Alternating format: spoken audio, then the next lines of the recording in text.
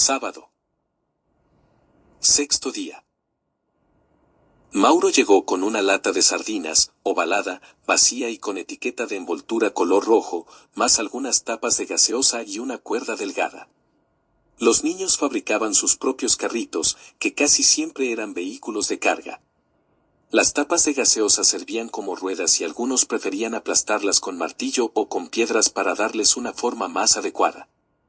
Hasta tenían ejes de palitos y a veces con clavos o tornillos. Y por supuesto, la correspondiente cuerda para jalarlo, cargado con diferentes objetos, por peligrosas carreteras con curvas, puentes, precipicios, ríos y hasta un volcán.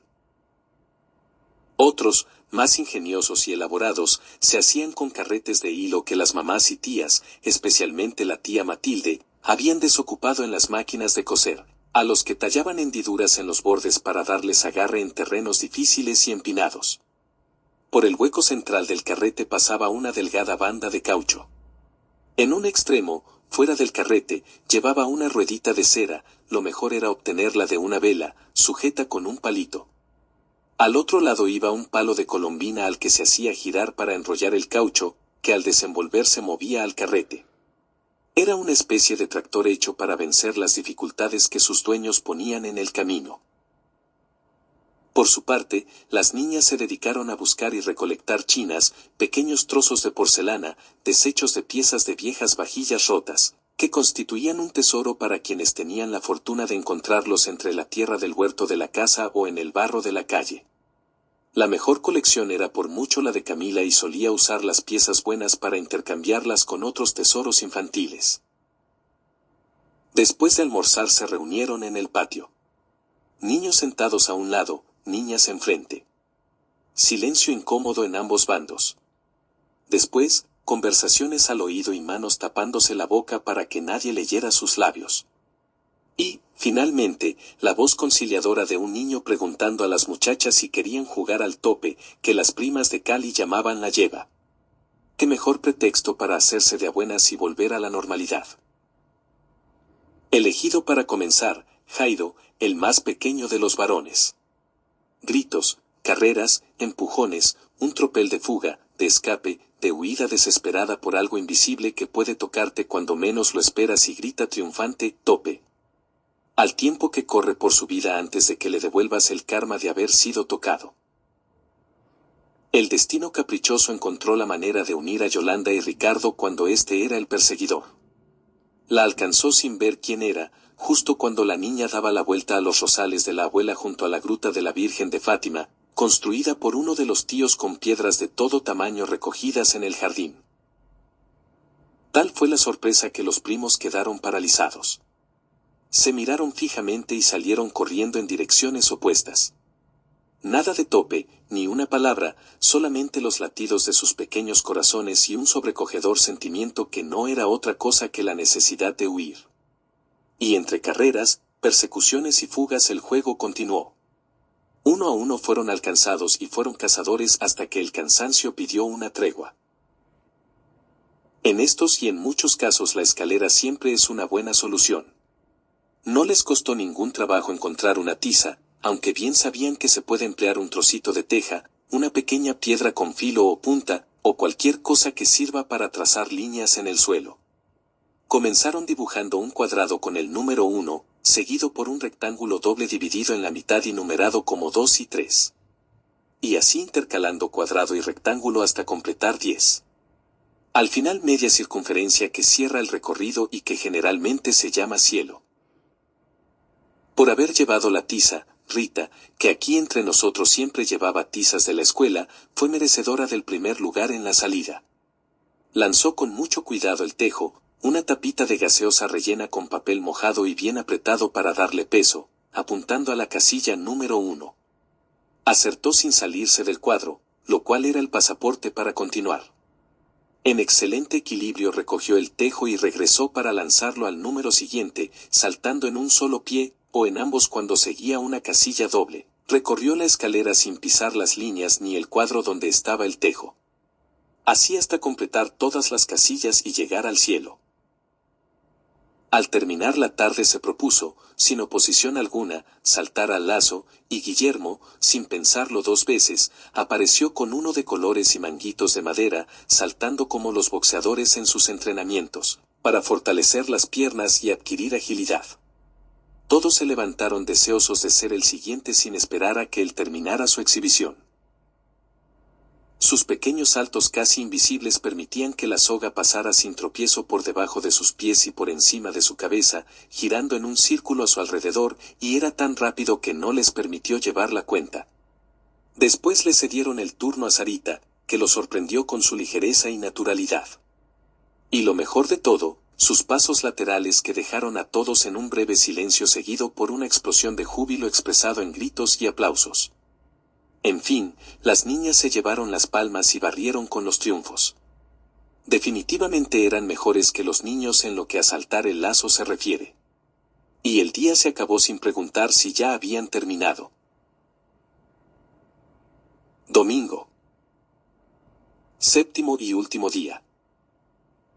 Después de la asistencia obligatoria a la misa dominical, de la que Yolanda y Ricardo salieron regañados porque no hacían más que mirarse y reír escondiendo la cara, los que habían comulgado pidieron su desayuno y se reunieron con los demás en el patio. Era el último día de vacaciones y podían sentirlo en los huesos. Empezaron con el hijo del conde y se votó porque los dos risueños regañados, por ser de la misma estatura, fueran los primeros para formar el arco, frente a frente y tomados de las manos, por debajo del cual debían pasar los demás, en fila india. Ni siquiera se miraron y la niña procuraba en todo momento que las manos de su primo apenas la tocaran. Todos conocían bien el juego de manera que esperaron a cierta distancia mientras los dos del arco elegían en secreto un color diferente cada uno. Yolanda escogió el azul celeste y su primo el naranja. Los de la fila, cogidos de la cintura, empezaron a pasar por debajo del arco mientras los dos entonaban el estribillo. ¿Qué pasa? ¿Qué pasa? ¿Qué pasará? Que el hijo del conde se quedará. Yolanda y Ricardo bajan los brazos repentinamente atrapando a Guillermo. Le piden que en voz baja, para que los demás no oigan, escoja entre azul y naranja. Él pidió el azul, así que debe colocarse detrás de la niña y la toma por la cintura.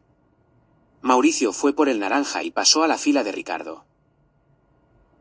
Cuando todos los jugadores habían elegido su color y formado dos filas, comenzó la lucha entre ellas.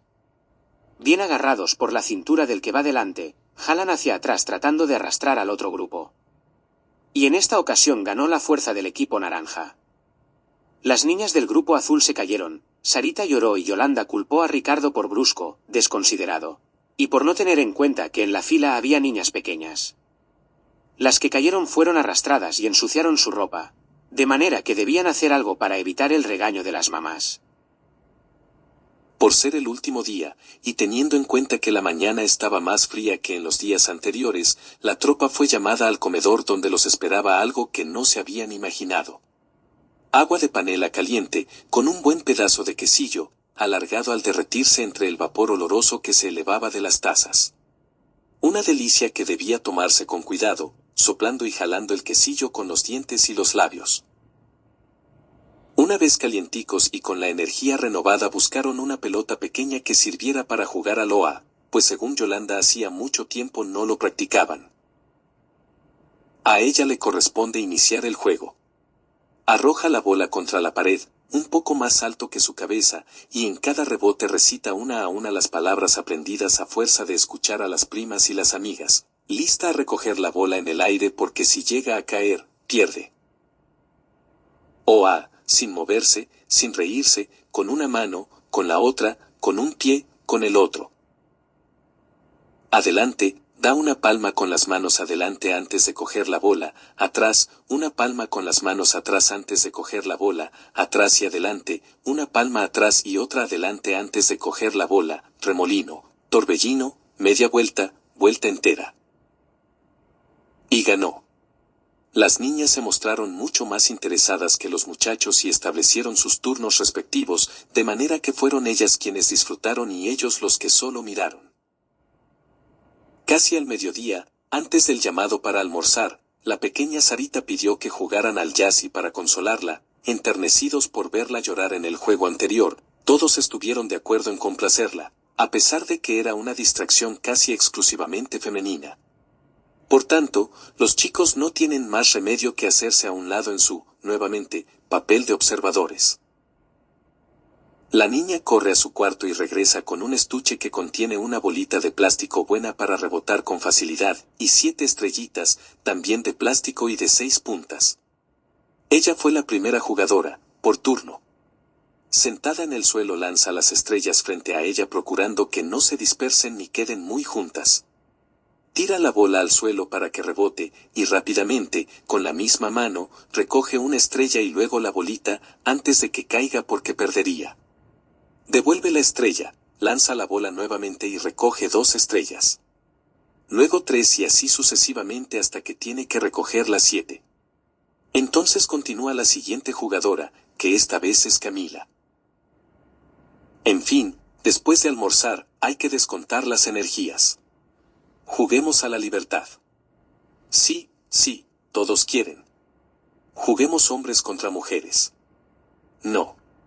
Sí. Eso no es justo. Ustedes son más.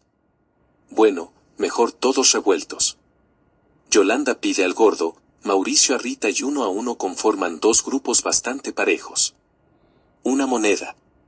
¿Quién tiene una moneda? Hay que pedir una prestada.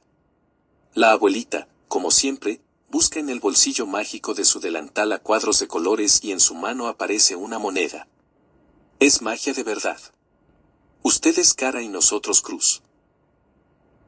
Los perdedores salen corriendo, casi volando igual que tórtolas espantadas.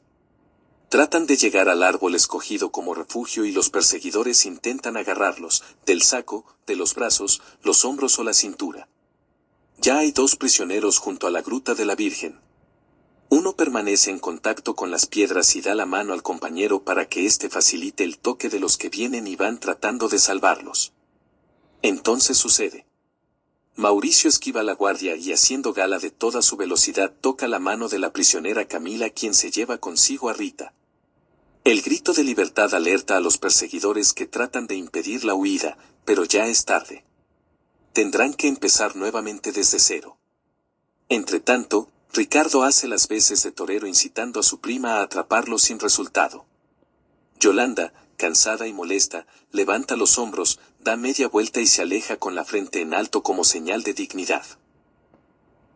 La tarde se marchó sin mirar atrás. Las horas se deslizaron calladas y en puntica de pies. Casi era el momento de despedirse de todos y de las vacaciones. Se miraron en silencio, un poco tristes. Solo un poco, porque en el fondo también les ilusionaba regresar a la escuela, volver con los amigos, ver a ciertos profesores, abrir nuevamente los libros de su preferencia. Juguemos otro, el último. Sí, el último. El lobo salí. Juguemos al lobo salí. Todos de acuerdo. Casi siempre estaban de acuerdo. Realizaron el consabido y último sorteo, en el que muy a disgusto el perdedor fue Ricardo. Le tocó ser el lobo devorador de niños que lo enfadaban y ni siquiera le dejaban dormir. Escondido en su cueva escuchaba a los chiquillos traviesos que tomados de las manos corrían en círculo y cantaban en coro. Juguemos en el bosque, que el lobo no está aquí, lobo salí. Y el lobo contestó desde su guarida. Me estoy poniendo los calzoncillos. Juguemos en el bosque, que el lobo no está aquí, lobo salí. Me estoy poniendo las medias. Y así, se puso los pantalones, la camisa, los zapatos, el sombrero, y de repente gritó, ya me vestí. Y salió de su escondite persiguiendo a los niños, que corrían alocados y sin rumbo para escapar de la fiera. En la desesperación por huir y la implacable persecución, lobo y fugitivo se mezclaron de tal forma que no sabían quién era quién. Sarita se cayó y empezó a llorar a gritos. El gordito Chepe se quedó sin aire y cayó de rodillas en mitad del patio. Solo Rita se dio cuenta y se acercó para ver qué le pasaba. Los demás desaparecieron tras las puertas de las habitaciones y algunos aprovecharon la oportunidad para marcharse a sus casas. El sol comenzó a ocultarse detrás de la montaña y la luz del día no pudo evitar disolverse en el aire, temerosa de volverse sombras. Yolanda, en su ansia por escapar, corrió alrededor de la gruta sin darse cuenta de que Ricardo hacía lo mismo por el lado opuesto. El choque era inevitable. Se encontraron tan de repente que el peso de la niña pudo más que la sorpresa del muchacho y cayeron cuán largos eran, una encima del otro. Se miraron sin pronunciar palabra, los rostros muy cercanos, los ojos, las bocas. El cabello de Yolanda cayó a los lados como una cortina cómplice cubriendo sus rostros. Quizás dejaron de respirar, en ese momento no les importaba nada más que estar cerca, y sin aire ni conciencia sus corazones latieron como nunca, los labios se tocaron lenta y suavemente. Fue su primer beso de amor. Un chispazo de luz y electricidad hizo explosión en sus mentes y sus almas, se levantaron a toda prisa, tomados de la mano se sonrieron y luego echaron a correr la carrera más loca y feliz, que habría de durar para siempre en sus corazones. Fin. Lobo salí. O una semana de vacaciones. Jorge Caicedo Santa Cruz. Septiembre de 2025. Copyright: derechos de propiedad intelectual registrados al autor.